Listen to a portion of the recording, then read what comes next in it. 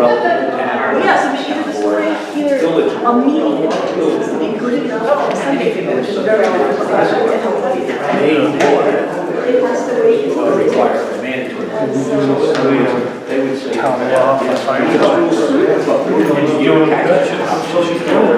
Which I should come on that against. Oh, I know there's nothing you guys. I'm very familiar with it. Talk about the best here, all the rules. Yeah. Oh, yeah.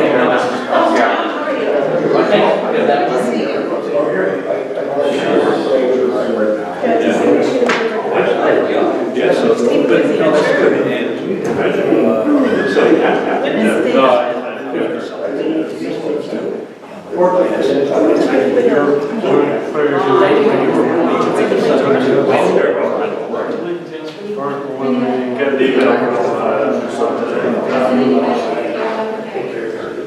That's how our Hannaford, right?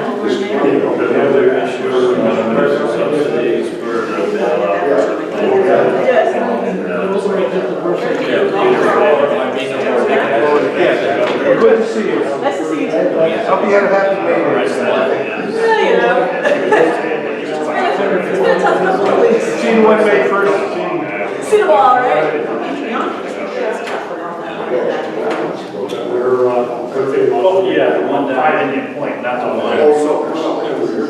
Yeah, so, yeah, because that's the.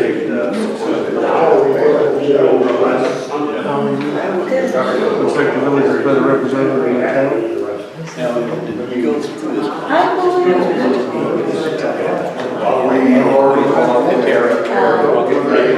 Mr. Nick makes any news.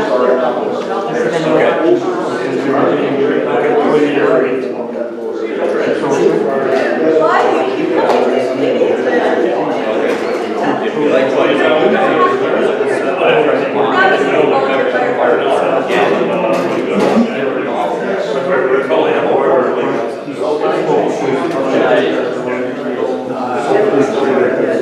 And I used to make like other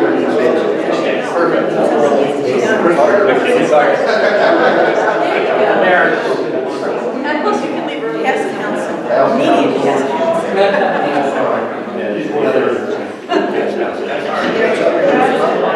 That's good to see all this money.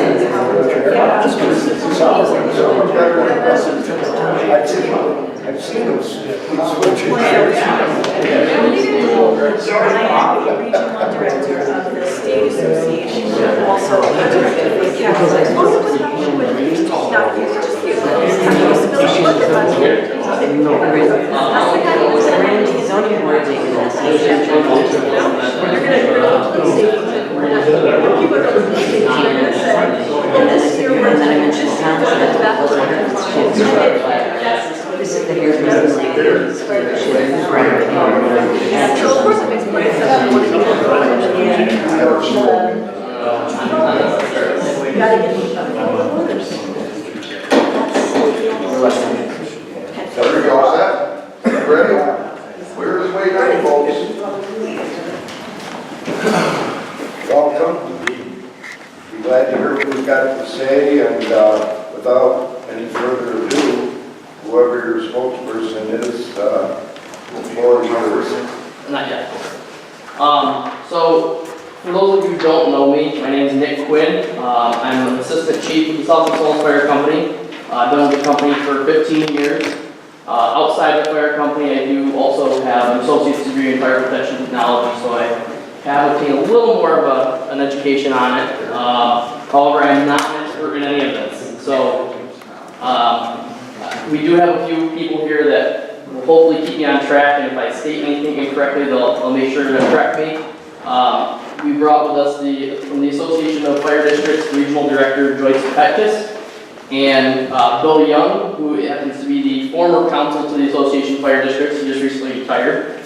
So they just came to keep me on track, make sure I don't say anything incorrectly. So let's start off like this. We got to address the elephant in the room. Obviously, the big word on the street is that the fire district is a taxation district, and it is. But from our perspective, we're not here to drive taxes in any direction. Obviously, they could go up, they could go down. That's not why we're here. And hopefully, through my rant that I'll go on, and I'll try to keep on task as much as possible, I'll be able to explain that and show that to you. So obviously, over time, there's been some historical changes in the fire service overall across the world and both locally. Here I have a picture, I don't know the exact date of it, of the J.S. White Hose Company #2 of South Glens Falls. And we started out with J.S. White Hose Company and the Glen Hose Company.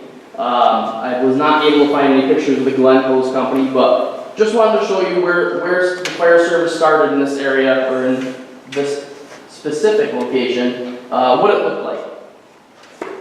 Over time, obviously that did change. In 1930, J.S. White Hose Company and Glen Hose Company dissolved, and they developed the South Glens Falls Fire Department, which was a village fire department. And I don't know the exact date on this photo either, but this is from that time. Yeah, you probably name some of those people. 1950. All right, see? So in 1940, we also developed the South Glens Falls Fire Company Incorporated, which is where we're at today. It is a very convoluted mess, I like to call it, organized mess between the fire department and fire company. They operate as one, as everyone is well aware. So as time goes on, back when J.S. White was fighting fire, there was no turnout gear. There was no, there probably was some fire trucks in the 30s, but when they started out, they had hose carts. They moved on with some fire apparatus like you see in the background of this photo. One of them, which is still over here at station #2, first apparatus that we purchased brand new, 1945 Mack. It's been restored, beautiful truck. Anyone who hasn't seen it, we welcome you to come and take a look at it.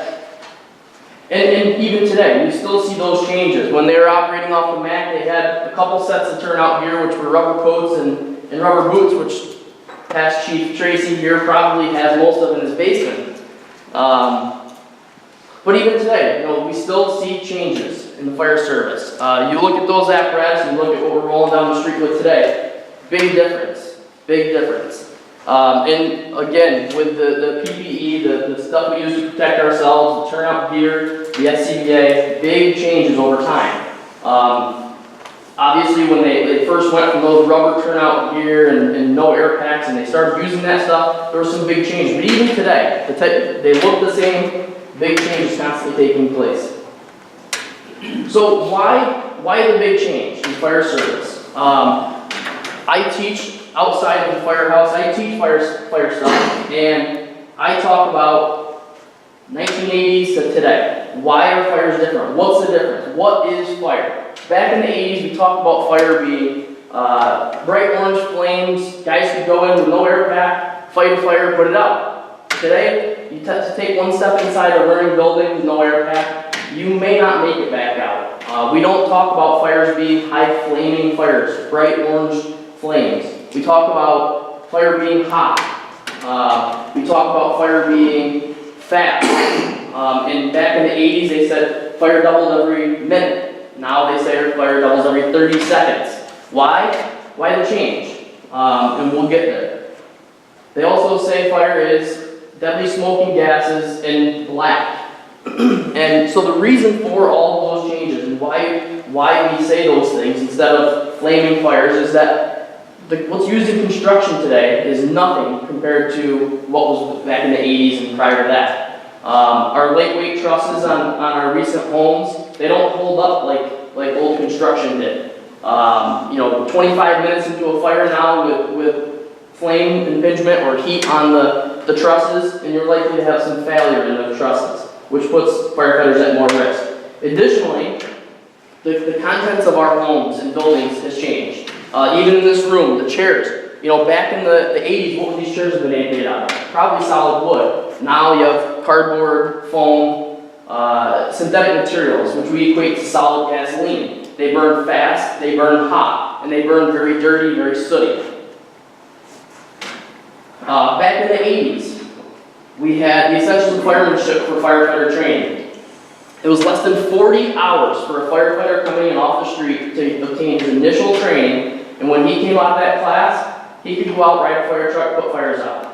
Yes, there was some advanced training, but there was no requirement that made us go there. Today, the Firefighter 1 curriculum is over 100 hours. It's a college-level training course. The first of 4 classes we ask every firefighter to take to be an interior firefighter. So 4 classes versus 1. When we had 1, it was less than 40 hours. Now we're well over 100 in just the initial class. For officer level, we have 3 different levels of officer training that we ask people to take. And even so, over time, some of the laws regarding our training has changed. New York State Department of Labor's PESH office, the old standard was 8 hours of annual training was a requirement. 8 hours annually was all they asked firefighters to take. Now their new standard requires that firefighters have annual refresher training in any duty they're expected to perform. That's hard. I'll tell you, when you sit down and you make a list of all the things that we're expected to perform as firefighters, it's almost impossible to make sure we retrain everyone every year in that. Additionally, they state that any officer of a fire company who wants to train firefighters in their annual drill nights is supposed to obtain a New York State fire instructor certificate.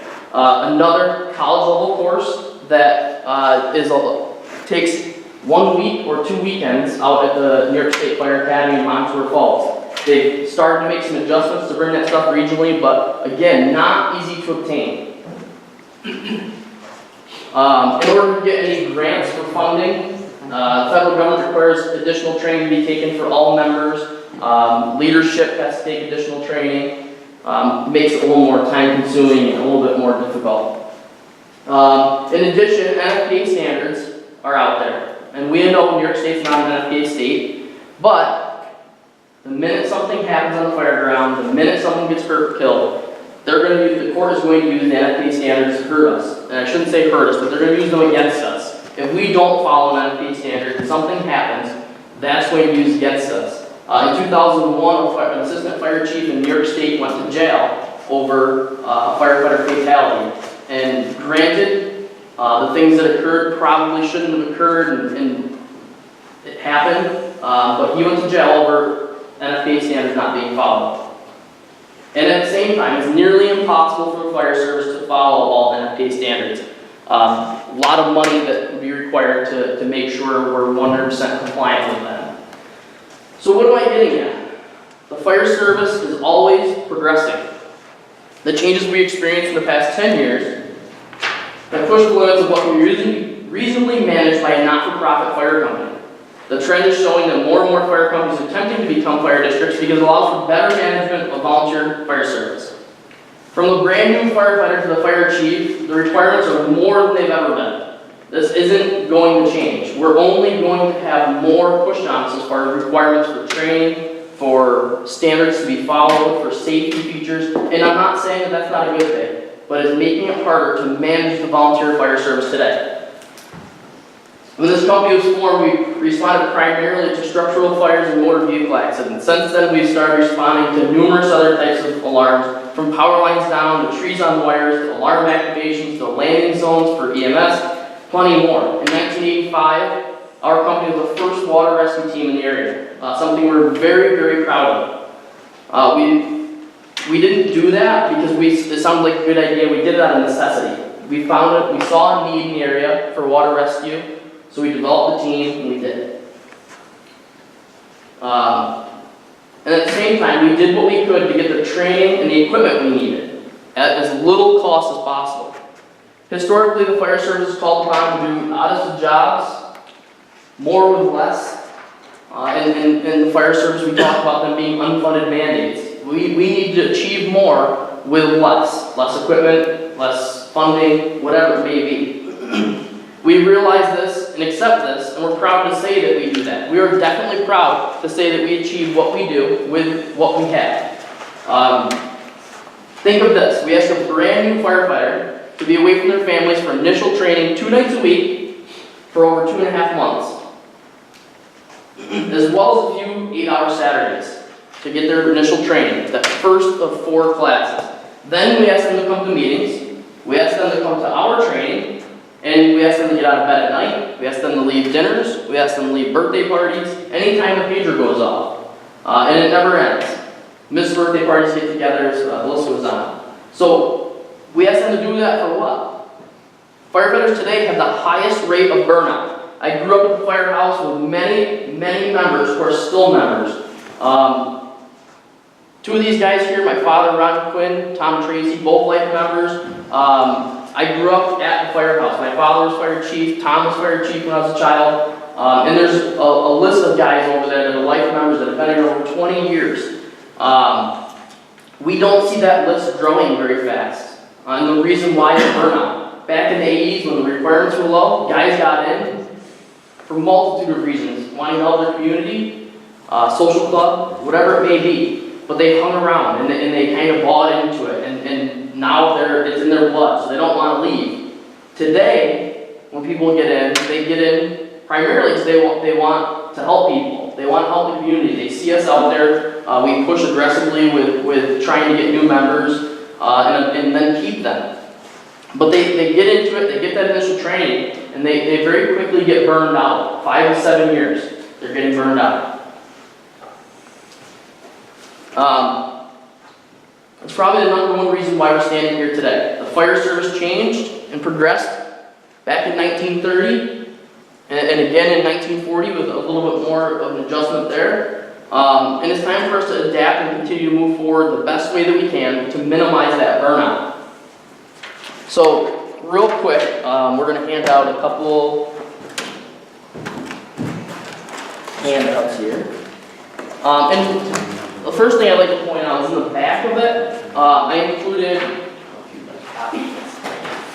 included our training schedule for April through the end of the year, as well as we call them JPRs, job performance requirements, that we use for annual training for all of our firefighters. So, if you look, I think you'd be hard pressed to find a Thursday night that we don't have a schedule for training, unless it's a holiday schedule. Every Thursday night we're holding training. We've gone to push out into Saturdays. I don't think there's any. Yeah, just Saturdays and Thursdays. So that's a lot to ask people every Thursday to get to firehouse. And the guys do it. They definitely do it. And then if you look through all the JPRs, these are just our basic requirements for annual training for our interior and exterior firefighters. This doesn't include our driver's training program, which again, we have to have extensive documentation, annual training on, water rescue training. We've even gone to the point of developing a low-angle rescue group that does wildland search and rescue and low-angle up on the mountain. And at other locations. Just a couple weeks ago, we helped somebody out in the village. They, down near the river, they fell, injured themselves. Our guys went down there, performed low-angle rescue, and brought that person up and got them the help they needed. So that schedule doesn't even include all that training, all that documentation for that training. This is just an example to show you what we're using. But if you flip back to the beginning of that booklet, the first page, I think it's the first page here, is reasons to become a fire district. Just 7 quick bullets there. First one, long-term financial planning for better fiscal management.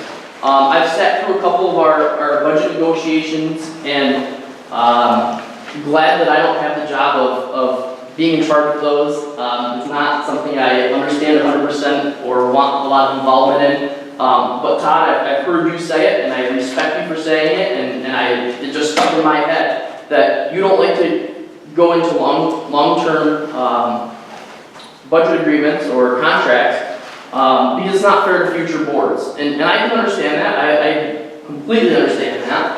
But that's one of the reasons we're here today. It's hard for us to say, all right, we have equipment that NFPA says can only last us 10 years, or it can only last us X number of years. We need to plan that out for replacing that. Unfortunately, none of that equipment's cheap. You guys have all seen the figures on some of that equipment, but that's where I think that we can do a lot of work as a fire district. That is one of the best things that we can do is to keep taxes low as far as the fire protection, is to long-term plan all of those. You know, unfortunately, a lot of times we have to beg, borrow, and steal from one area to another to make things happen, so we properly protect ourselves.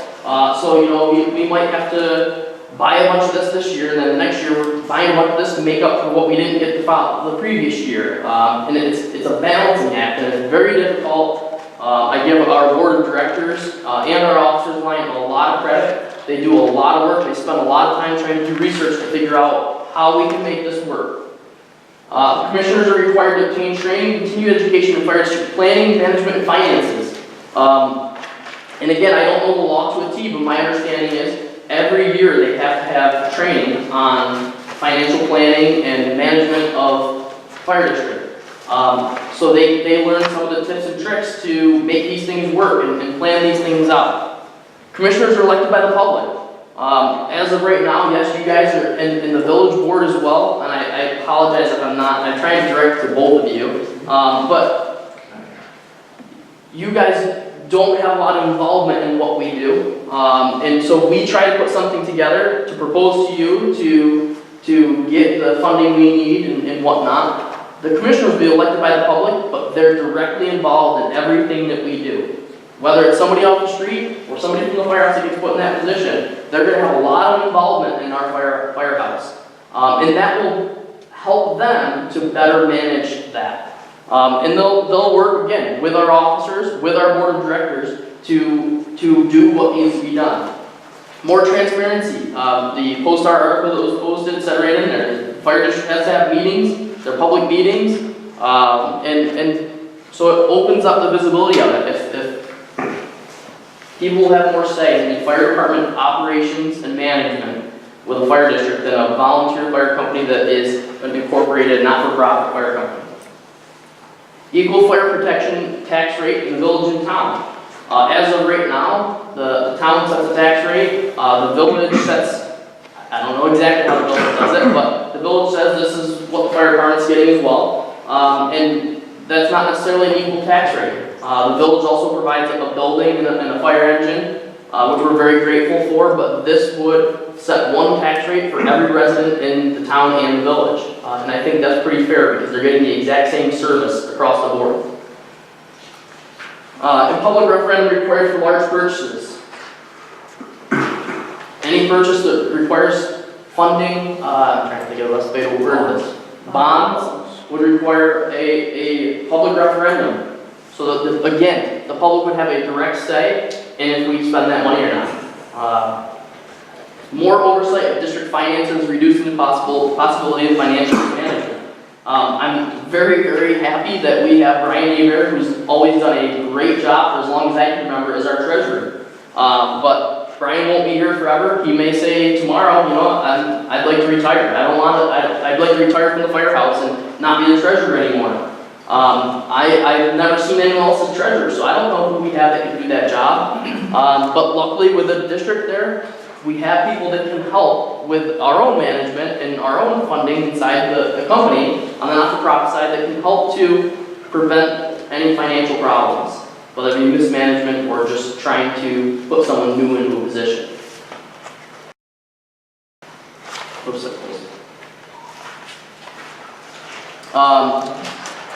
moving on to the next page, steps to form a fire district. This comes from town law. And I won't go through each of them, but very simple process from how it's been explained to me. Not a very difficult process at all, but I won't spend a lot of time there. And then the last page just talks about fire commissioners. Must have between 3 and 7 commissioners. Our proposal would be to have 5. First commissioners must be appointed by the town board and village board. What we propose is that each board would select 2 commissioners, and we would be able to provide a name as the 5th one. And at the same time, if names were, if you were looking for people that were interested, we could help with finding people interested in those positions. After the appointed period, elections held for the commissioners to be elected. So after the initial appointment, the first set of fire commissioners, an election would be held to elect or re-elect those commissioners. The commissioners set line item budgets and run the budgetary and operational costs procurement as a business. And I think that makes sense when you're talking about a business like what we're running. I mean, this is a big business. The fire service is not what it used to be in 1930 or 1940 or even before then. Commissioners accept or deny the elected line officers presented by the fire company membership. So as far as our elections for our board of directors and our fire chief and all of our operational officers, that wouldn't change. We would still hold our election, after which those names would go in front of the fire commissioners and they would accept or deny them. And then just the last bullet point, commissioners do not control the fire ground operations. So the people that get the operational training, the fire officer training to run the fire ground and get elected by the people and approved by the Board of Fire Commissioners would ultimately still run the fire ground, no different than how we run it today. That's all I've got. So at this point, if there's any questions, we accept and we welcome them. Between myself and Wayne and our two guests, I think we can hopefully get you an answer tonight. If we can't, believe me, I'll be making a list and I'll make sure that we get answers back to you. Thank you.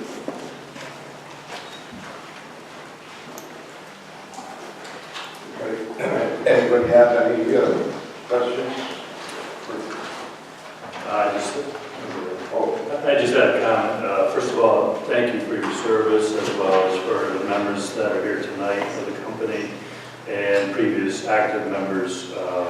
You know, communities across the state rely on the dedication that folks like yourselves are willing to make, the commitment they're willing to make in their communities. And it really does save the communities a lot of money. I've seen studies done that the cost if communities had to pay for that kind of service is billions of dollars across the state. So thank you for that. I just want to touch on the comment. I know you singled me out on a comment I made at budget time about not being a staunch proponent of long-term contracts, but you didn't say the other part of my comment, which that has a benefit to the fire company too, if they find themselves in a fiscal distress point in time, the board through, you know, the next contract, which comes up a little bit quicker, can be more reactive to that. Absolutely, and I apologize.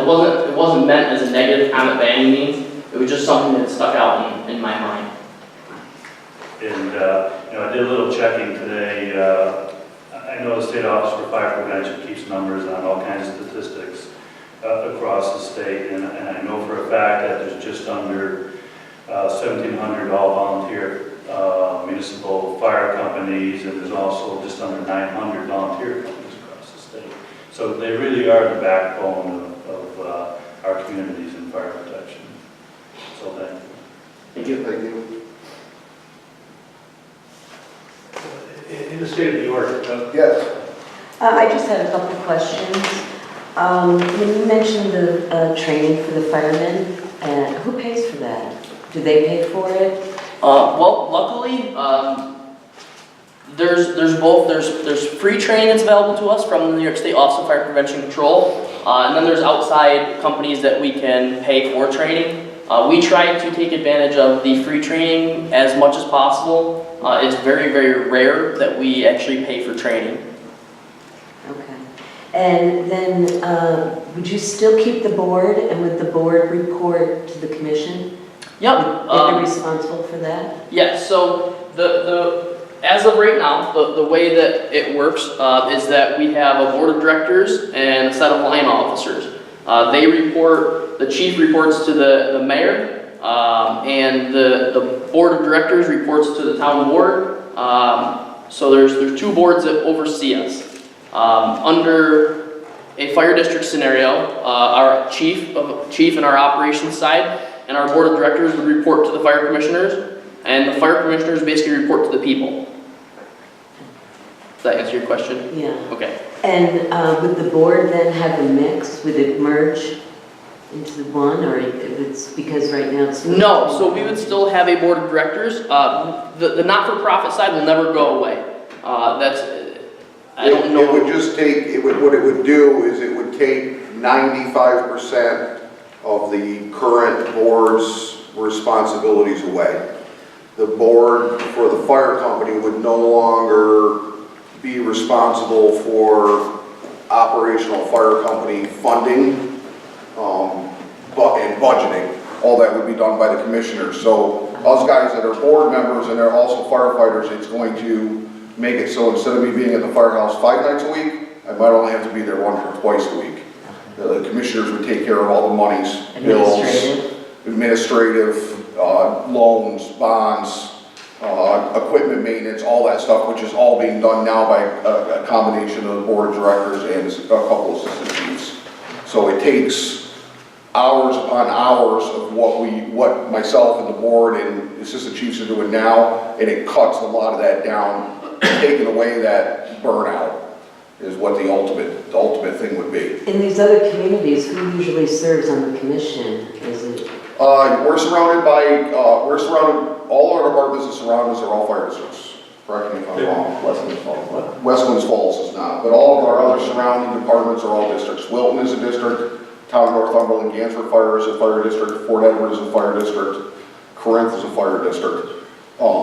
Do the commissioners get paid? No. The only one who would get paid would be secretary and treasurer. Staff. It would be their paid staff. Commissioners is a non-paying job. Most of the time, your commissioners, you end up with guys that are in the fire service already.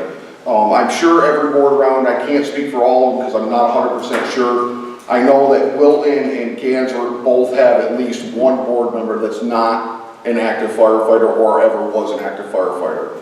Can members of our board also serve on the fire? Town board? Either board? No, they cannot. They There's cannot. an opinion from the Attorney General's office that say that those two positions are incompatible. Yeah. And then now the village has money put away, so if you guys form a fire district, do we get to keep that 80 or whatever money we have in savings? I believe that would be between the commissioners and the village board, correct me if I'm wrong, and I believe if they do that, there would be some sort of referendum or something that would have to transfer those funds Well, to a fund balance. in the creation of the joint fire district, it says that the village board, if they own the firehouse and they own the apparatus, may transfer those assets for or without consideration. So in other words, they can sell it to them or they could transfer.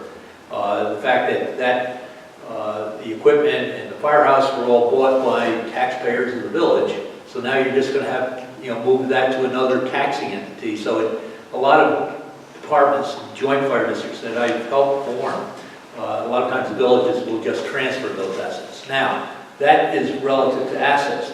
As to cash, I've had occasion to talk to the comptroller's office in the state of New York, and they say cash is cash, and that's not necessarily something that you turn over the check.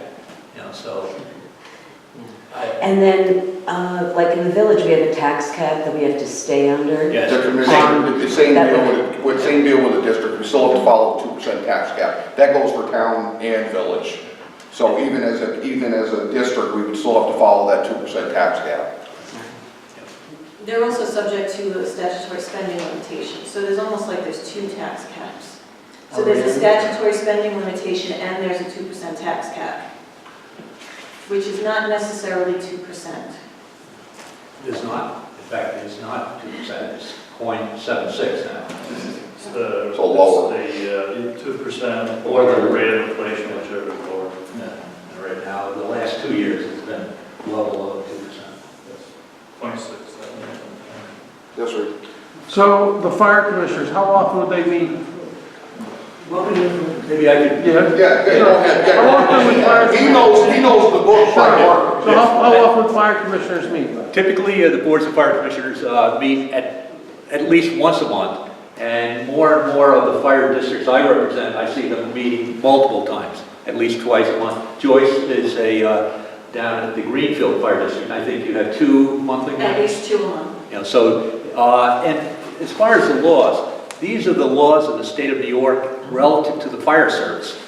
This is fairly significant. So there's a tremendous amount of oversight from the New York State Comptroller's office. I've had many hundreds of hours of dealing with the New York State Comptroller's office, the Attorney General's office. The fire district board of fire commissioners are subject to many of the same rules and regulations that you, the town board, you, the village board, are subject to. Relative to procurement, we have to follow the bidding requirements of section 103 of the general municipal code. We must adopt a procurement policy, just as you adopt a procurement policy. We need to follow those policies. Relative to the training, 2006, the state of New York decided that every fire district commissioner, every time he or she is elected, re-elected, appointed, or reappointed, should go through a mandatory 6 hours of training. In addition to that 6 hours of training, we discussed on having our annual convention down in Albany, and we had about 400 commissioners who came for training for 2 or 3 days, and they listened to people come from the comptroller's office. They listened, relative to ethics. We have to adopt a code of ethics. We need to follow those procurement policies. So there are a lot of things that the Board of Fire Commissioners are subject to. We are subject to annual audits. If the annual revenue, and how much is the annual revenue for the fire department? Is it over 300? Yes, so we have an audit every year. Okay, so I just don't want to misquote numbers. Okay, no. I kind of know ballpark. No, if the fire district has annual revenues in excess of $300,000, they have to have an external audit done every year. A copy of that external audit needs to be filed with the jurisdictions in which the fire district is located. So in other words, one copy would go to the town board, one would go to the village board, and one would be filed with the New York State Comptroller's Office.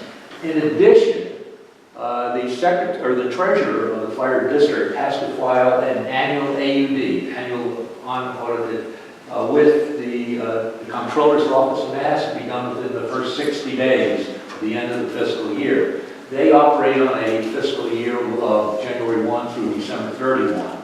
So by the end of February, that audit has to be filed with the New York State Comptroller's Office and again with various towns. So as I say, there's a tremendous amount of oversight, governance.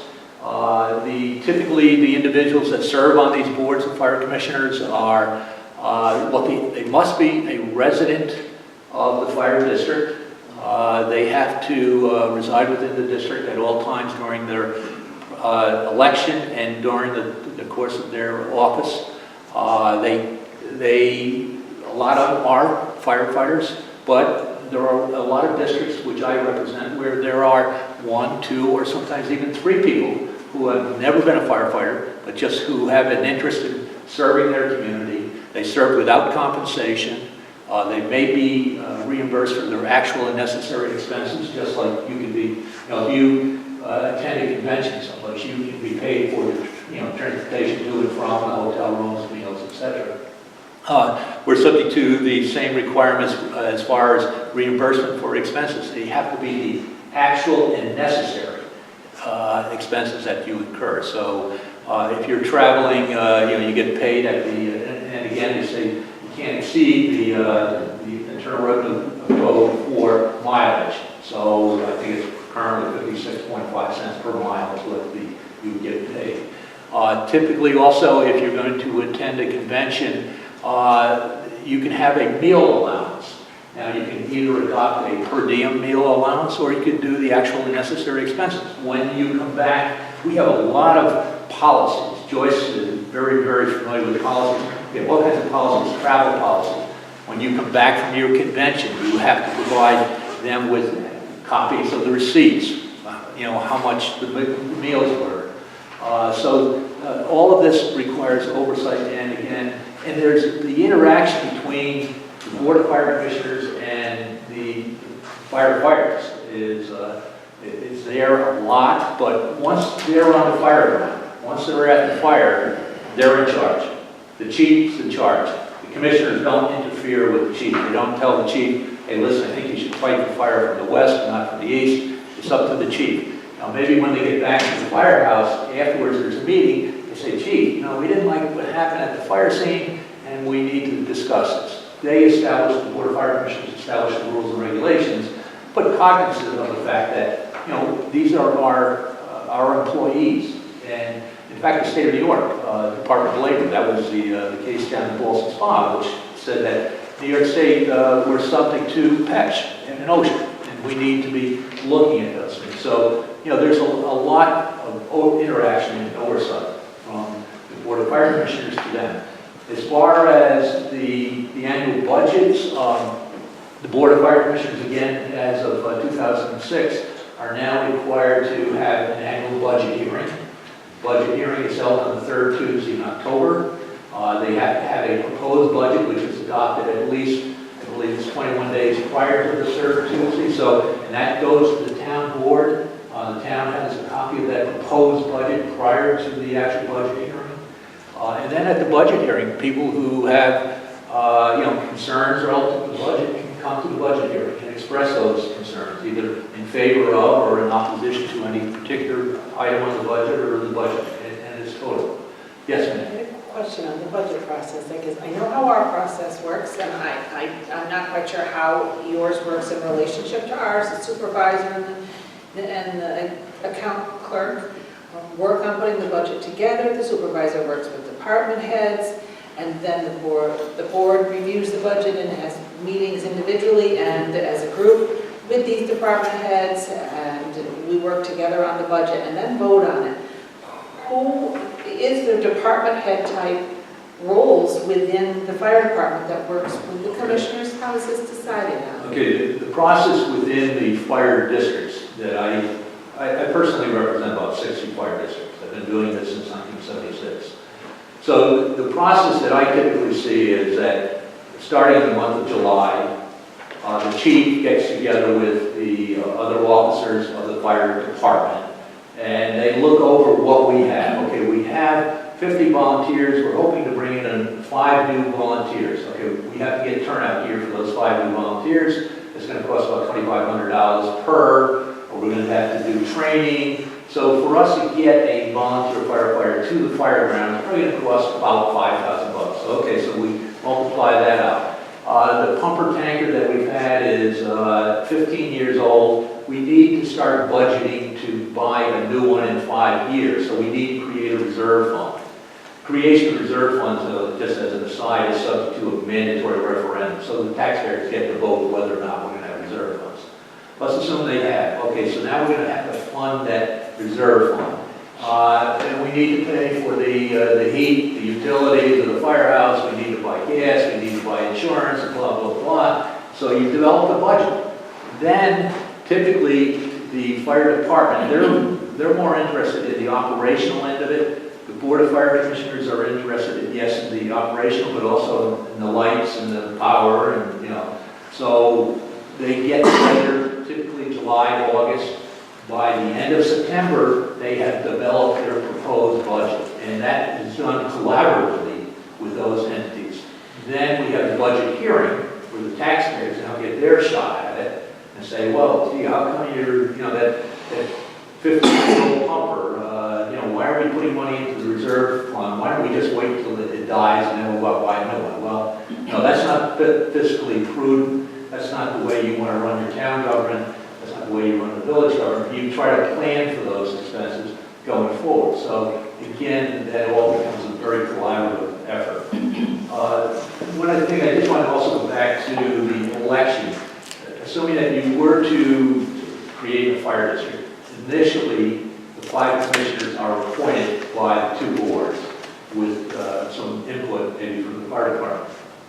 Thereafter, the first year thereafter, all 5 individuals, or maybe one of them says, no, I don't want to run, but 5 individuals minimally will run for office. The one receiving the most vote gets a 5-year term, second, 4, 3, 2, 1. Okay. Every year thereafter, at least one individual is going to be up for re-election. And, so there is, again, the oversight, the transparency from the residents of the community. If they don't like what's going on, in the course of 3 years, in effect, they can turn the whole board over. Other questions? Can you go over that again? Sure. The term's a 5-year term, Yeah, and it rotates It rotates. through the first 3 years? First 5 years. So in other words, okay, you have the appointment initially, so everybody's got, in effect, 1-year term. Okay. At the end of that first year, they're all running for office. Now, somebody gets 20 votes, somebody else gets 15, 14, etc. The person with the most votes has now a 5-year term. And the one with the second most votes will have a 4-year term. Gotcha, okay, that's good. And then it would rotate into 5 years for all. And typically the term is 5 years. Yes, sir. There's generally an election every year, so who would put the cost of the election? The cost of the election is borne by the fire district. And there's a very precise process, which again is rated in the statutes as to how you go through the elections. You get a list of the qualified voters from the county board of elections, and only individuals who are resident electors of the area protected by the fire district, who have resided in the fire district for at least 30 days next preceding the election, can vote in the election. And that's not done during normal election day. It's done in December, correct? Right. It's the second Tuesday in December, minimally between the hours of 6 o'clock and 9 o'clock p.m.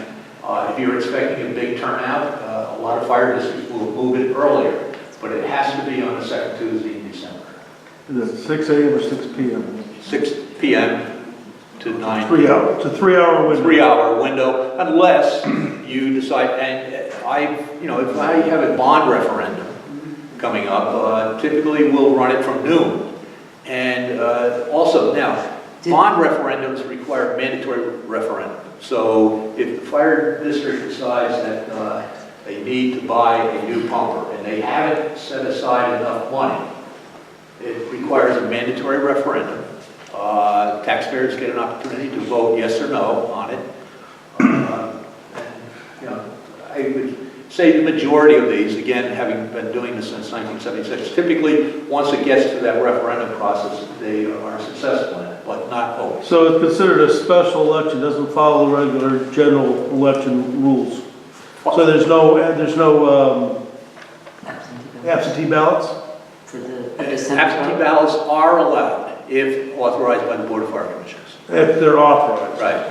And what the statute provides is under section 175B, specifically authorizes absentee ballots in fire district elections.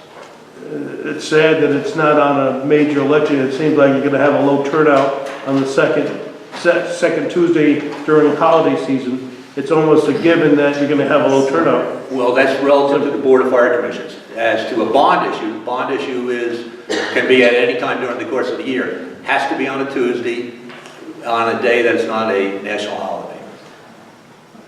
Now, at one time, those laws were all changed back in 2006. Prior to that time, those elections, those special bond votes could be on any day of the year, and they sometimes were held on days that were appropriate. So, as it occurs now, I'm well aware, the town board is charged with putting the annual budget together for the town, and as part of those deliberations, they include overview and review of the budget presented to us by the fire company, and the town board takes into consideration not only the tax burden that we are placing on our residents for operation of town government, we also take into consideration the impact that the fire tax has on our residents as well. Mm-hmm. So what will occur here if there is a changeover from a fire protection district to a fire district, that responsibility would be completely removed from the town board and be in the hands of the fire commissioners. So I guess my pointed question is, and it was touched on earlier when, as part of opening discussion, there was a comment about the elephant in the room. I'm going to bring it up right now because what is the benefit to the taxpayers if the role of setting the tax rate is taken away from the town board and put in the hands of the fire commissioners? Will they see the same type of tax rate, or will go up? Will it go down? And the reason that I ask this because I've seen in my regular day job, I'm involved in working for a senator, and I've seen communities that have tried to do consolidations. Usually they're consolidations with a town and a village fire department. And I have seen the numbers that have come out of there. And in one particular instance, and it was voted down in the referendum, but had it gone through, the numbers were essentially, the tax rate would have doubled. And that was probably part of the reason why it was voted down. So my question tonight is, what will be the impact on our taxpayers if they were to go this form of? Well, I'll say from our perspective, we have no control over that. And our goal is not more money by any means. And actually one of my, I think it was a long-term planning for replacement equipment and whatnot. The goal there is actually to reduce the financial burden of, oh, geez, this year, we have to replace all these air packs. Or this year we have to replace this or that. Long-term planning to keep that expense as low as possible and hopefully keep that rate as low and flat as possible. So I haven't personally heard any complaints from how the fire company operates, and I don't know if any other board members have. So what, in your eyes, what's not working now with the way it's structured? We need to get the burden off of guys like me and Ron and that, is what it really comes down to. As far as the financial operation of the company? Yeah, and the time and everything else, and the other thing is too, is the other financial burden is we can have the opportunity as a fire district with bond and low interest rates are a lot better than what I'm paying right now. I mean, we have a pretty good size mortgage left on the station behind us here. I currently have one engine rescue that's still financed. We pay about 3% interest. That's big when you're talking that kind of money. I didn't hear, what was that rate? 3%. 3%? It might not be 3 equal, but I think it's like, I think one of them is 3.1 and one of them is 2.9 something. Which they're not a fixed rate for the whole time. They get renegotiated again in another 5 years. You guys saw all that anyways. We just refinanced a bunch of stuff a couple of years ago. What is your debt at this point? I don't want to misquote full numbers without having all the numbers correctly in front of me right now.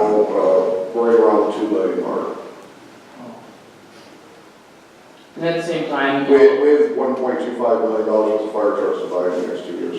there's a lot of liability involved in the fire service, and on our end and on your end as well. You're the authority having jurisdiction, and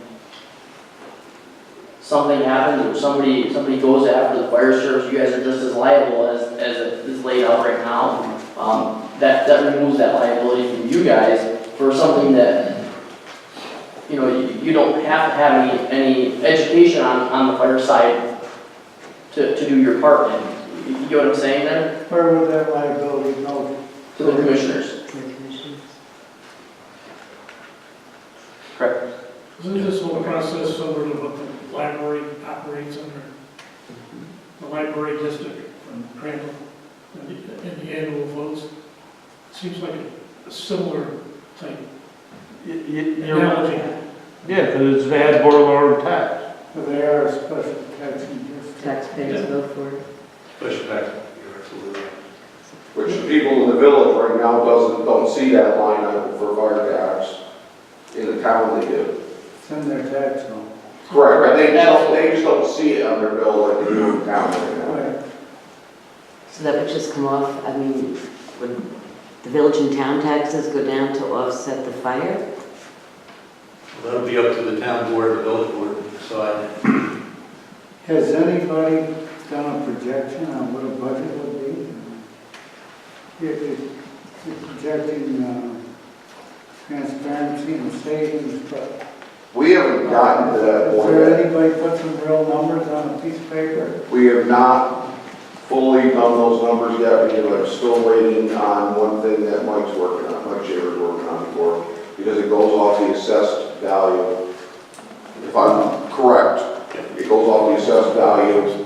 Does the district have the ability to override the cap? They do, They do. yes. And what does that take? It takes the majority of the board to vote for the override. Can override the cap? Yes. And it And, has to be done prior to the adoption of their budget.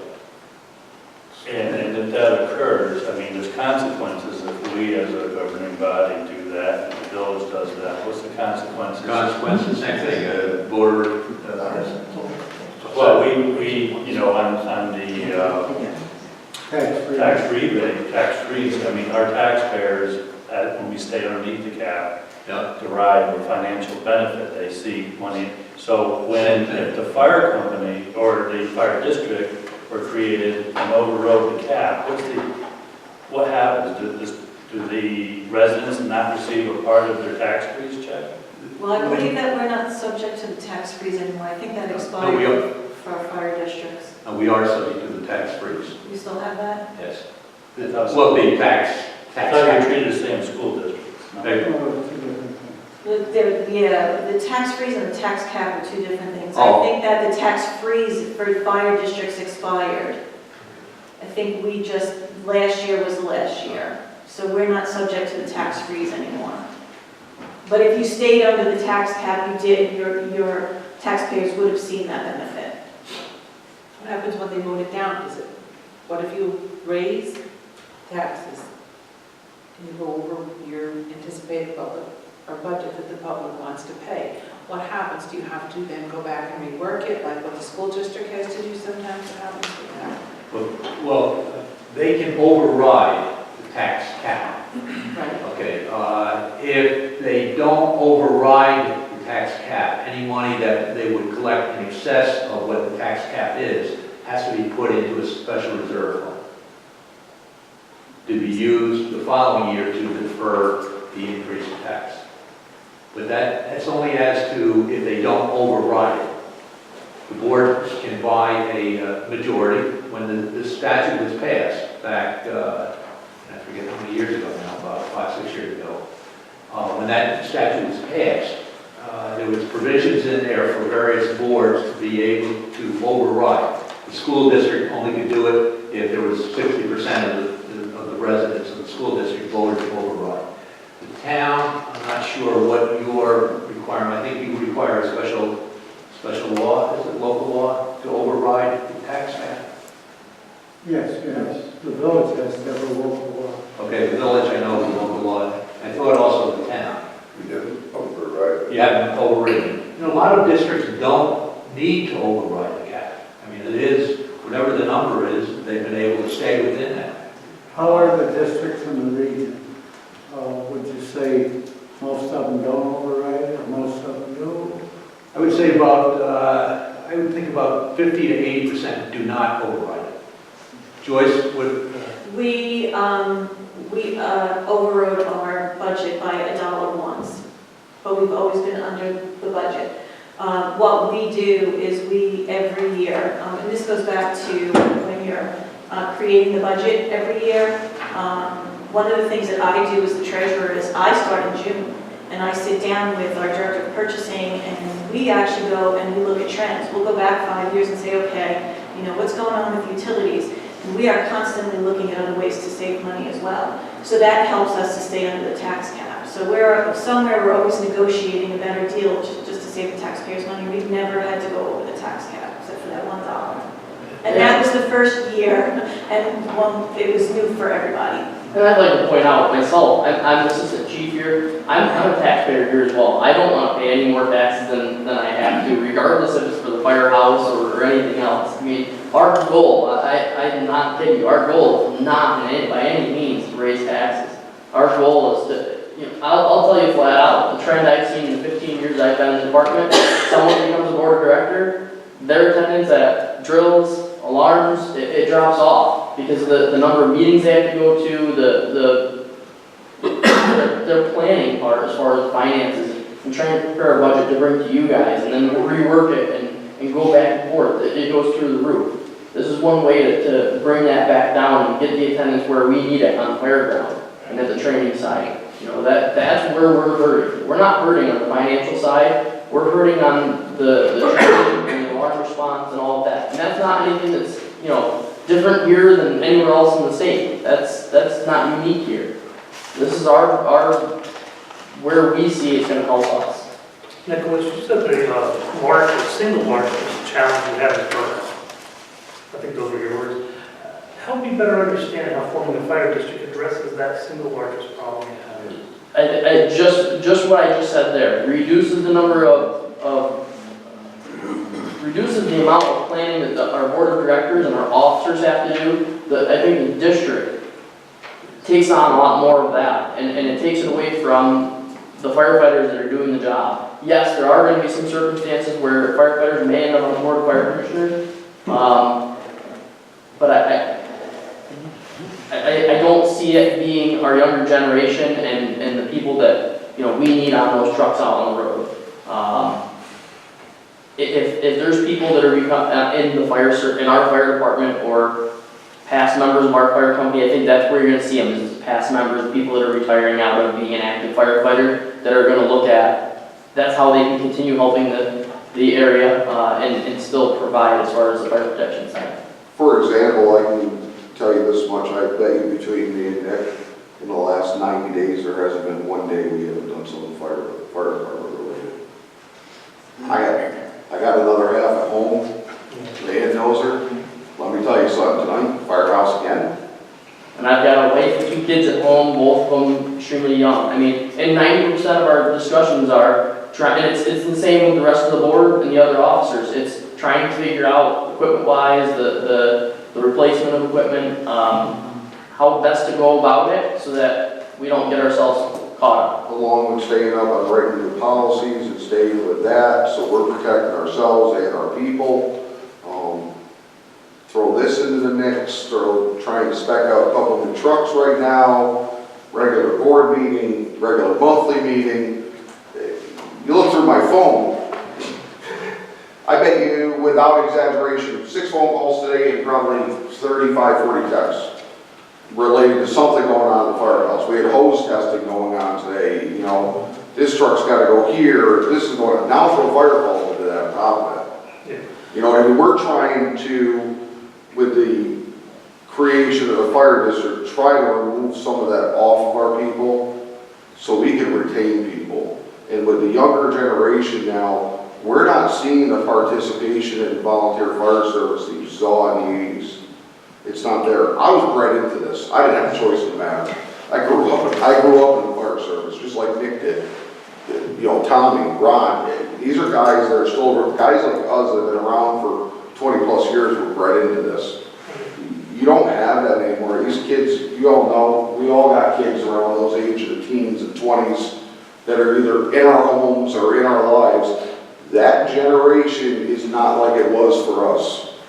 It's not there anymore. That drive is not there. So you try to get a couple of them in. You bring 5 of them in, you might keep one for more than a year or 2 after you've invested money into it. You try to figure out ways to keep them involved and keep them around, but the numbers are just declining. I guess that was really my question. I understand and absolutely respect the burnout with the people that are on the boards, you folks that have been a long time. But I heard a meeting you last, and I hear you again saying that it's actually the younger people coming in, those people are burning out. How are you going to fix that problem? How does this address that problem? Okay, and I understand your question better now. So when I was growing up, the firehouse was second home, and the fire service has kind of gotten away from that.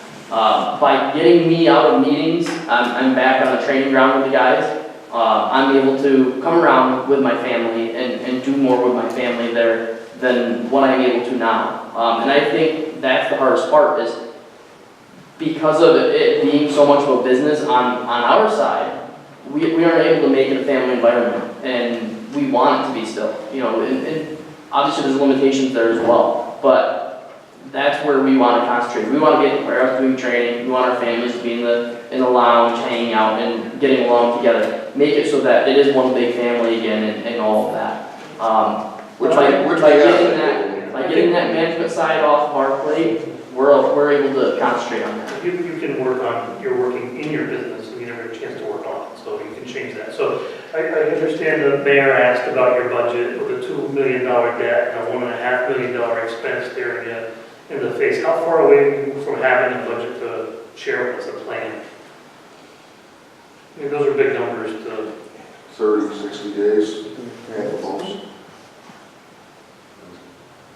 Joyce, you had a point? Yeah, you know, I just wanted to make a point. Assistant Chief Quinn had mentioned earlier, we had mentioned long-term planning.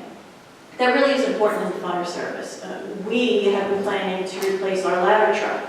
Our ladder truck is going to cost over $1 million when it's time to replace it. So as a fire district, the Board of Fire Commissioners, I think, has a better ability to plan out 20 years, where instead of where they're bonding everything, they could actually maybe be fiscally prudent and look at what they need to do. 15 years down the road, we need to replace, this truck. In 20 years, we have to replace this. So rather than bonding, which of course incurs interest rates, if they started to save that money in a reserve account, they could potentially pay cash, which would save the taxpayers money as well. That's what we did in the Greenfield Fire District. We have no outstanding debt.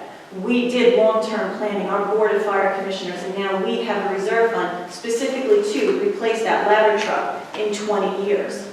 And that way, when it comes to that, we figure we should be able to pay cash for that. And that saves the taxpayers money in the long run because you're not paying any kind of, whatever, 2% or 3% or 4%, whatever it is. And I think as part of our contract, the company puts in money in the reserve fund for that. Yes, we do, but not enough. Not enough. I mean, like I said, this year, we've got one truck that's turning 20 years old and needs to be replaced, and another one that we're in the process of back right now. We've got $360,000 saved. The price tag on the two trucks is right around $1.25 million. And again, apparatus replacement, there's an NFPA standard that almost drives us to have to do it. Not only that, your ongoing maintenance costs as time goes on, those go up. But NFPA states, I believe it's 20 or 25-year replacement. After that period, they're not supposed to be a frontline piece of equipment. And we're looking at all the options on this to save as much money as possible. Buying both of them to save time, save money by buying the two at once. Trying to get it done earlier to get more money out of the trucks for trade them in. Used fire apparatus is garbage right now. If I told you what those trucks are worth right now, you wouldn't believe me. One of them's worth $60,000, one of them worth $100,000. When you can, and it's going down all the time. You're also looking at interest rates going up. I'm going to have to borrow big money. Once again, what choice do we have? And we budgeted for this over the last few years and tried to do the best we can. But we try to do the best we can, and I think that we do a real good job when you look at our numbers versus departments our size and the budgets that they have. You compare the size of the department, the closest we compare it to is probably Wilton for the amount of alarms, size of district. They operate on a budget that's twice ours. But don't they have commissioners? Yes, they do. They are a fire district. That's what I thought. Gansford is also a fire district. Here's a little question in my mind. Sir, you had a question?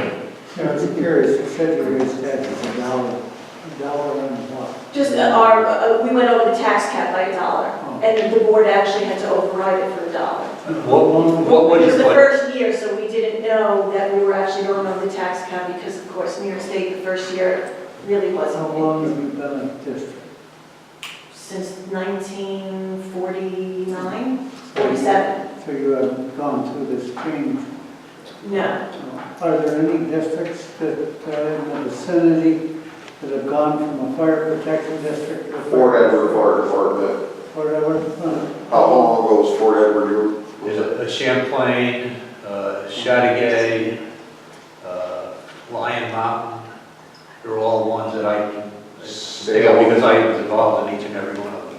And can you give us what the tax rate was before and what it was after on that information? I could reach out to them. I don't have that information. If we could get that, that would be very helpful. Yeah, Is this something your board, obviously you've discussed, is your board all on board for this, or are you Board, looking at it? board and fire department as a whole is 100% on board with this. And what kind of a timeline are you looking at? If you guys are ready to do it tonight, we would be. This has been something we've This talked about. has been years 8 years ongoing. This isn't something that just came out of the blue. It kind of lost momentum because one of our members that was heading this and taking care of this, he moved to Florida, which was Jay Farrell. So it kind of lost momentum for a little while. And we picked it back up because we really do that this is going to save the volunteer fire service in this community. Gentleman in the back has some I got, well, my first question is, if we take the money that the village gives the fire department and the town gives the company, is that your starting budget number? Or do you create, or does the new commission create a new budget and has no tax cap because there's no budget? There would be a tax cap. The number is, correct me if I'm wrong, it's 1% of the, is it 1% of the assessed value that it projectedly could be? Okay, there's two different, they have another limit, which is called the spending limit. Right. And that's 1,000 on the first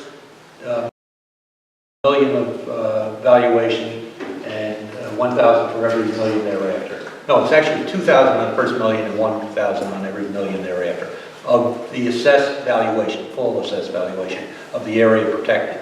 So that you can look at what the assessment is for the area that you protect, and that could give you your, quote, spending limit. Which we wouldn't, and that's why I don't want to give numbers, because I don't want to misquote numbers. So You know what I'm basically, saying? that's your potential Would top. be our potential, but that would So if we know probably what be our, nowhere near our number. so if we went to the town assessor and look what's accessible, what the town is taxed on, that's minus the exemptions, that would be, and multiply the first million by 2,000? 2,000 on the first million and 1,000 for every million thereafter, a full assessment. So we're over a bit. That would come to about $1,250,000. I think your question, Potential budget, To answer your question. dollar budget. that's the spending limit. But I think your question is, how would we create that, the fire district create that Sure. first budget? And Sounds like you We would just, probably, we would that's probably not, look that's at- not how It would comes probably about. work at what we're operating now I'm just versus debt versus future. and you'd show those numbers to the public? Absolutely, 100%, it would have to be.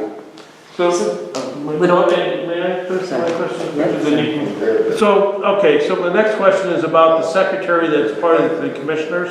Yes. How determines her rate of pay?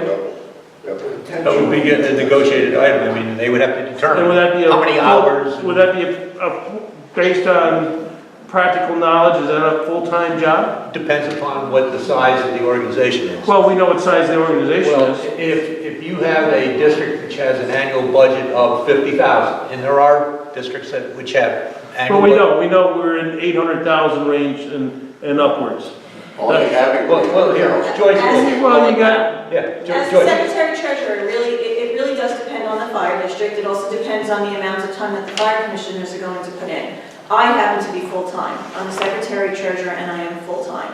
I didn't start out full-time. I started out at 5 hours a week. 5 to 8 hours a week, and then what happened was in 2006, the state came into all of these laws and all of a sudden there were all of these requirements. so you pretty much, it's a full-time job. It depends. If you have a board of fire commissioners who is willing to come to the office and do, a lot of the work, no, there are some secretaries that are only part-time. It really depends. All right, so that transgresses into fire commissioners.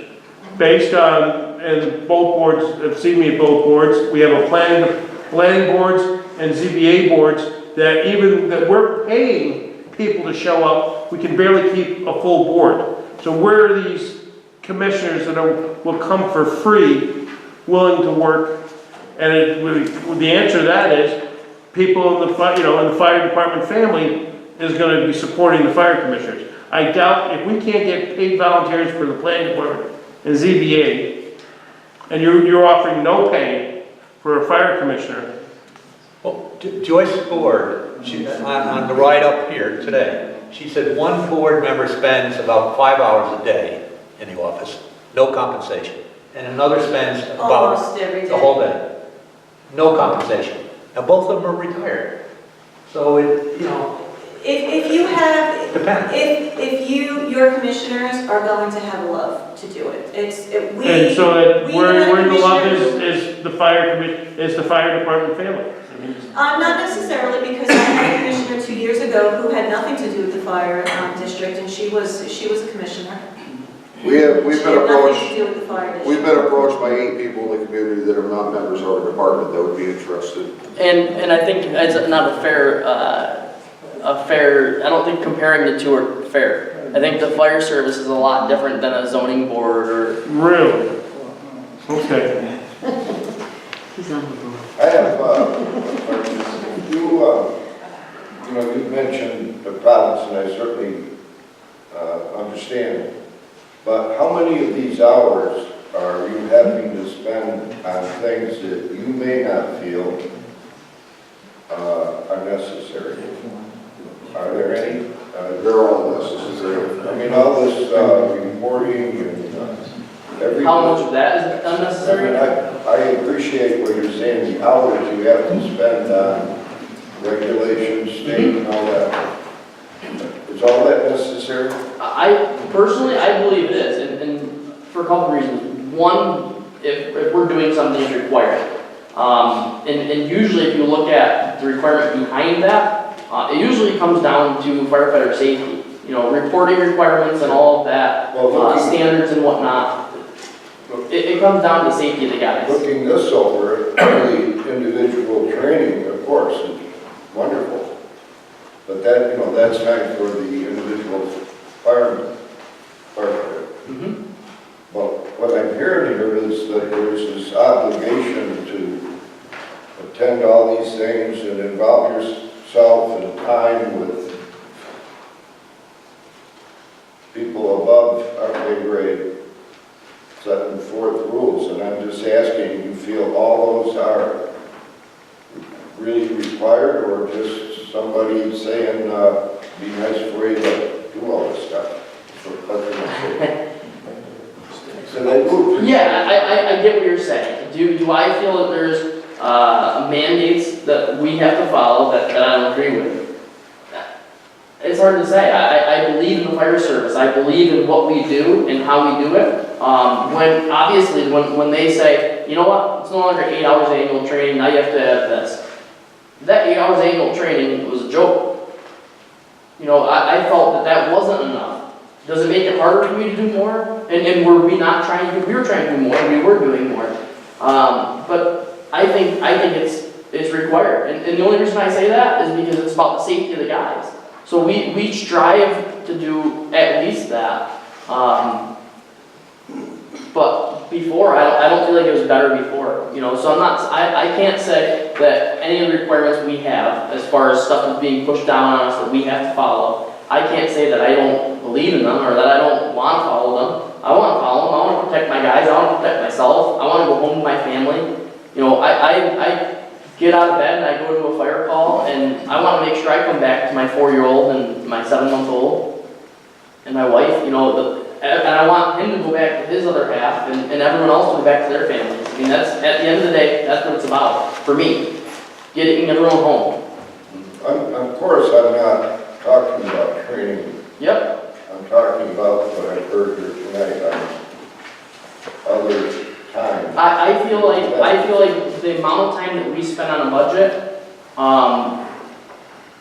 could come down. And the reason I say that is we try to put together a budget, we bring it over, and obviously no matter where it is, if it's fire commissioners or it's with you guys, there's going to be negotiation.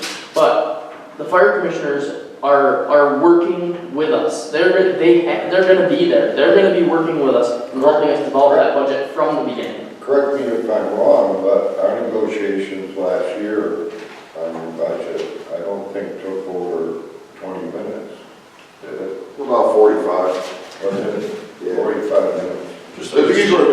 Usually usually we get off topic and start talking about something else that doesn't have anything to do with the budget. But that's normal for any meeting. Yeah, this one too. You're correct. No, my point is that. But I mean, I think. What I would say probably 75% is stuff that really needs to be done if we're doing it. 25% of it is probably, for lack of better terms, BS. I think what he's trying to say is that the firefighters want to be firefighters and do what firefighters do, and the administrative portion needs to be put on somebody else, which would be the Board of Fire Commissioners. And what we're wrestling with is trying to see where, where we can help. I'm sure everybody's on that page, but I never recall, I've been around a while with, the budgets, and I've never seen a time when this town board has been difficult. No, you guys have been very great. So, I'm just wondering. You guys have been great. That much better with commissioners than. You don't see what we're doing over there to develop a budget. Has evolved under the current system. But that budget part with you guys is only 1% of what I did. Well, That's I 1%. understand that, and I'm just saying, how is it going to be any different? Because I won't have to worry about paying bills. I won't have to worry about where the money's going to come from. I won't have to worry about 5-year, 10-year, 15-year. Commissioners aren't going to pay the bills. Yes, they are. They actually write the checks. Yes. Yes. All financial responsibility would be dissolved from the fire company. They go to the commissioners. The Board of Fire Commissioners is responsible for approving an abstract. Well, then they would have to hire a. Secretary Treasurer, that's So, what I do. That's an expense, that becomes an expense. Even though they work, you can be for free. But if you take away all that responsibility, there's going to have to be a full-time person to take care of what you take care of. So it's going to be an expense, absolutely. Yeah. It's going to be. It's a lot cheaper than paying firefighters, so. And we're gonna save on the long-term planning. I truly believe long-term planning is going to save us money, and it's gonna keep our rate at a flatter rate. I truly believe that. I'm sure we'd like, that. Believe me, I don't think it's totally about money. I think it's about fire service and safety. I mean, listen, let's stop beating around the bush. I'd be lying if I said that none of it was about money. Because there is some of it that is. I don't want to focus on that. And unfortunately, that's where we always lead back to. We're always leading back to money. We need to look at the bigger picture. We need to do this to save the volunteer fire service in this community. And I'm not saying that could happen next year, 2 years, 5 years. I'm one of them guys that looks out. I'm always looking 15, 20 years out. I'm looking at the guys that are going to take over my administration. I want to make sure that they're set up to prosper and not fail. And that's what this is all about. We talk about, the burnout rate and the safety of the guys, keeping people, whether it be officers who, again, there's turnover there's burnout there. People can't focus on the part of it that we want to. But we can focus our area on more of getting the education we need and building up that training program. And then as people are coming up through the line, they're getting more of that training and more of that experience. And it's providing, down the road, as time goes on, a safer environment for our guys to work.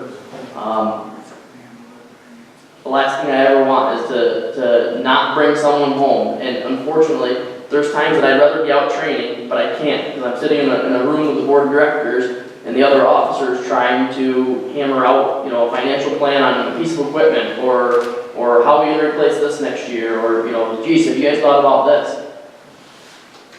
A lot of that burden will go away. We'll be able to work those details out with the commissioners, and they will take on that responsibility.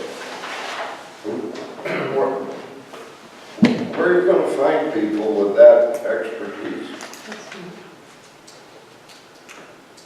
The expertise off the front, there's probably not going to be much expertise. There probably wouldn't be much expertise. Yeah. Not necessarily. Luckily, we also have an association that's their job. They work with fire districts every single day. They've got a lot of this stuff. They help the fire districts to set things up and get things up and running and educate them. They educate the commissioners. I've got a, yes, sir. If I could give some personal insight, I was a member of the South Glens Falls Fire Company for a number of years. A job I enjoyed very much.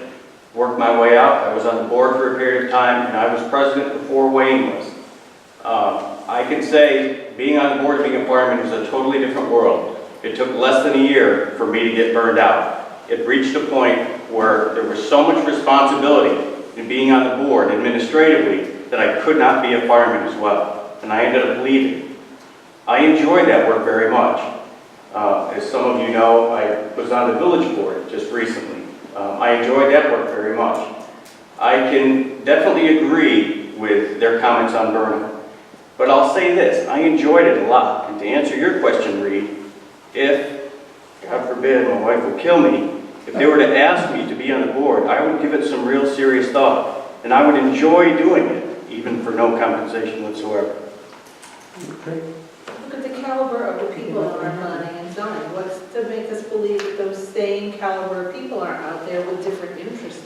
Someone that's interested in planning may not be interested in something with the fire department. So I think we have a great community, and I think that there's a lot of people out there that have abilities that maybe we haven't even tapped into. I'll tell you, there's a lot of people that live within our district that may be firefighters in other departments or may have, retired out of the fire service in other departments, that they caught wind of, oh, I heard you talk about a fire district, and we've been talking about it for 8 years. Well, we'd be interested in being commissioner. The interest is out there. I mean, we know it is, and we know that we would fill the positions.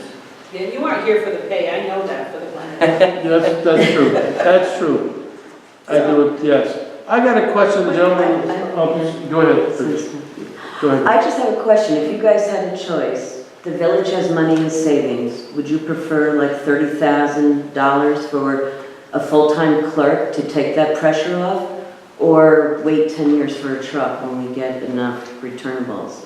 Or however long they're planning for. I mean, it sounds like to me, without going through a vote, a whole nother commission, another tax burden, if we found money to get you clerical support, that would take care, you'd have somebody who could do what, your person that you're doing Greenwich, is it? To be able to be the head, know what's going on, be able to take advantage of the grant writing, things that come up, be proactive with your planning, do a lot more of that administrative. If I understand your question, is it a possibility to relieve you that you could have a paid comptroller, treasurer, or whatever, that would be part of your budget under the current setup? Is that? I think that we've explored every option. I mean, this is the future of the fire service as far as our setup, how we're currently set up with the village and the town and all of that. I think that's the trend in New York State. And the association, they generally I think they've provided us numbers in the past, and the number of departments that are switching to fire districts. That's the way I prefer to see it. And we've discussed it. We've discussed the possibilities. I think that's the only way to remove the liability and the burden from us and put it somewhere else. You're not going to find someone that wants to be paid as a clerk that can take. They're not taking on the responsibility. They're not taking on the burden of the liability. Ultimately, it's still going to stay right where it's at in that type of scenario. I think my question is that a possibility under the current setup? We have not explored that. I don't think that would be it. I don't think that would work. I don't think it would either. Well, I'm trying to respond to what I've heard here, and where your problems are, and I don't understand how a clerk would be able to do the amount of work that a commission would. I don't see how one correlates I didn't, to the other. unless you want to come work for me. But, and I can't afford, we can't afford to trust me. And I don't know what you make either, by the way. Yeah, really, yeah. The gentleman that raised it, I didn't catch your name. You're at a public workshop for developing a fire district. Is this a normal turnout of just a handful of people from the public with 6 people from the fire department? Or would there be more people involved at a public workshop, or everybody waiting for the public hearing for a turnout? To me, it looks like there's nobody here. Yeah, there would be, the next step would, if they were to decide to go forward, the next step would be to schedule a public hearing. Okay, so your question is, would I expect more people at the public hearing that are here? Probably not, honestly. Okay. You know, public hearings that I just got done with one out in Stanford. And there we had, I think, 5 town boards and 1 village. So you can imagine, it's all lined up. But as far as residents of the community, other than the firefighters, I don't think there were anybody. I don't know, maybe 2 or 3. So I guess to the 2 boards, I guess, don't worry about taxes. If the taxpayers isn't worried about it, don't let you worry. What are you guys proposing as next steps? Because you don't have your budget, so you're asking us to vote on this. No, this was originally just a. So what are you proposing for next steps? Here's the thing, again, we've been trying to get to this step for years, and we've never had the interest, number one, never at the time, people that have said, let's do it. You know, they start to plan it, they see how much work's involved, and we have to know all the time. We've obviously talked with a few people here and there, and we said, let's set up a meeting. We want to support the town and village. We want to take on the responsibility of educating the public.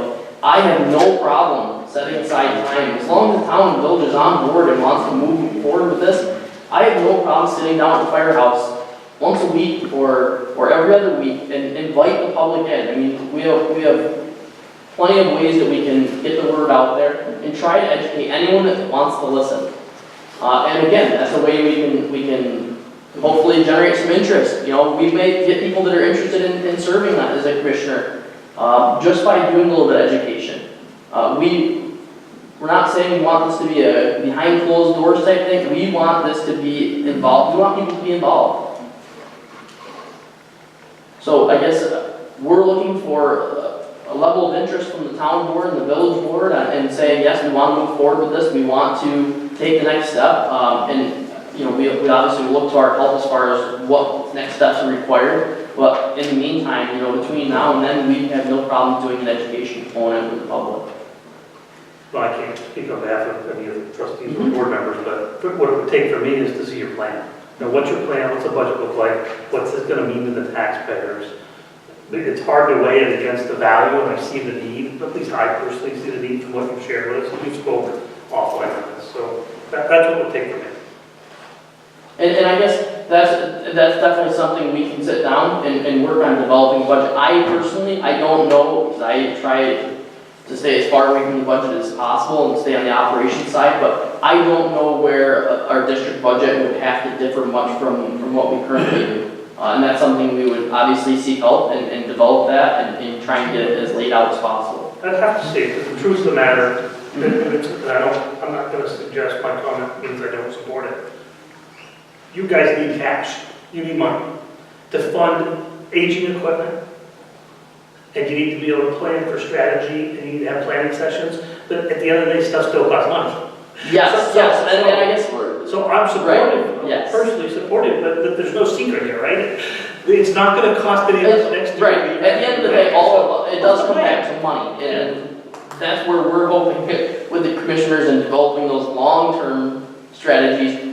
I can't tell you if the exact amount we have will work with long-term strategies. We've never been able to say that we have a long-term strategy because, let's face it, we could come in and the town board or the village could say, sorry, we've got to cut you. We don't have an option. So it's hard to plan those long-term budgets. So we're hoping we can set those and not have to change much.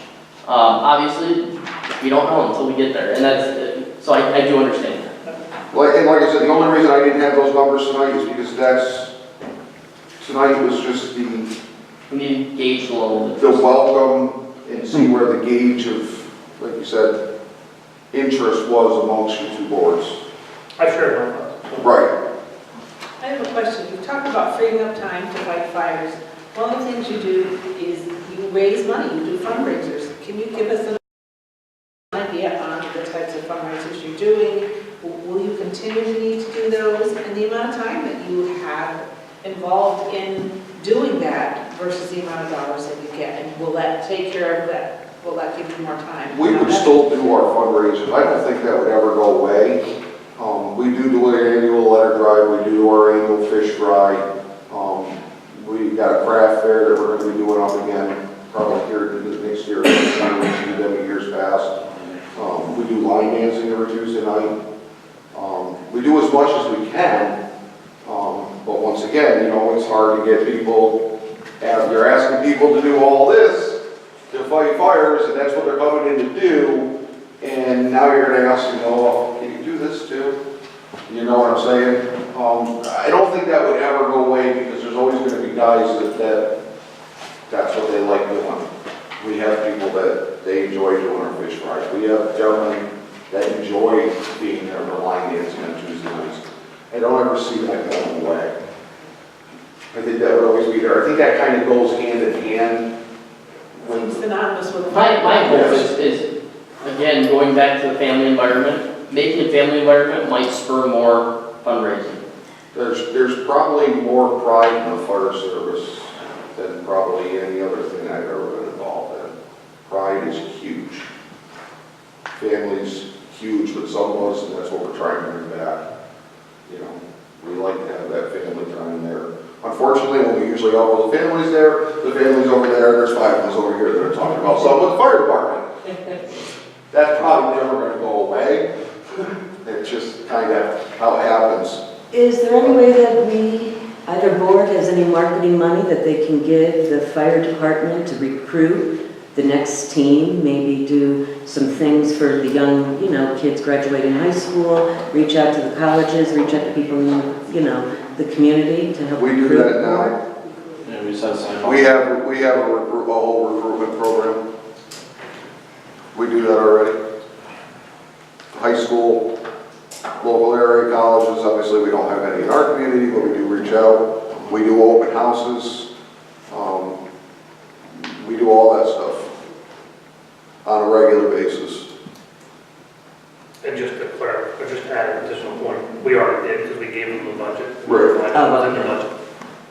I didn't know they did all of that. Yeah. I have a young kid at home we can recruit, 18-year-old. I don't know. Come get him. Well, I think we've covered very Question, because you've been involved, what's your per capita cost for fire service in your town? Off the top of my Or could you head, get that, Tony? I don't know.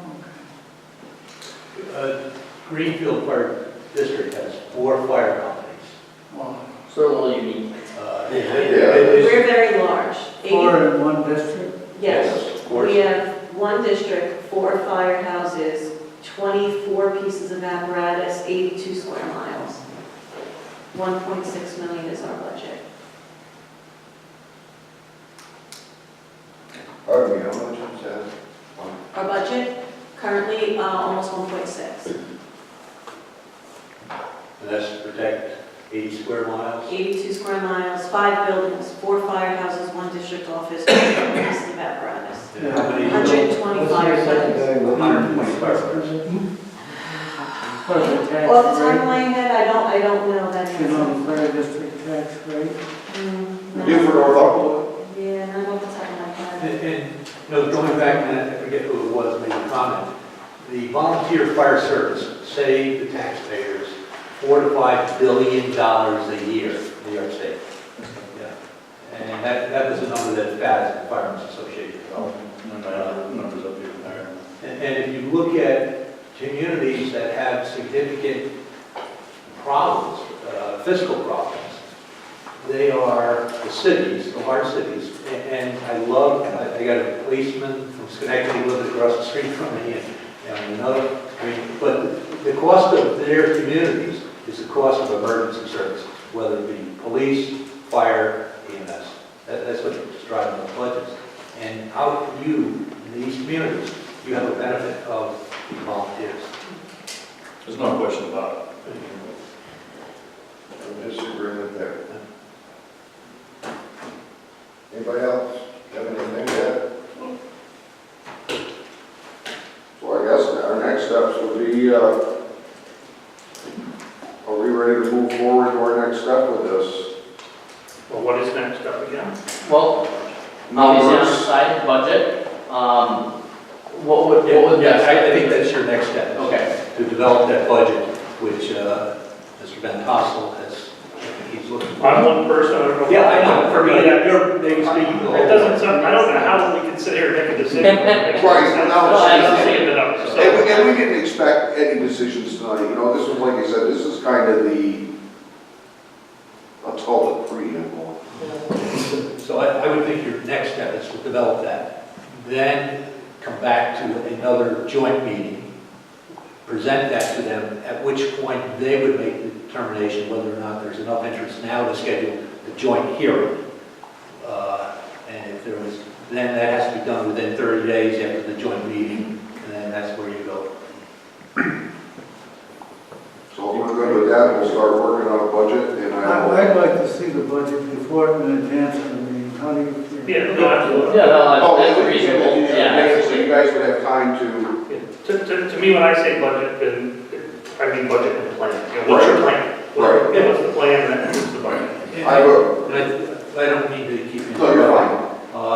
But I think your plan, you also want to plan, you know, apparatus, we're going to need to replace blah, blah, blah. So we want to create a reserve fund, and this is what we would plan on putting into that reserve fund each one of these years. This is what our current operating budget is, anticipated cost of insurance, you know, we all know that goes up 10% a year, so that, you know, so those are all the types of things. I've already got that started. Yeah. I already have a 5, 10, and a 15-year plan started, so. And that's what the comptroller's office looks for, when we met. They say, okay, great, you've got a big reserve fund, what are you going to do with it? You have to have a plan. Well, thank you. We'll be in contact with the date when we get a little bit closer. Anytime. Thank you, everybody. Thank you all. Yes, yes.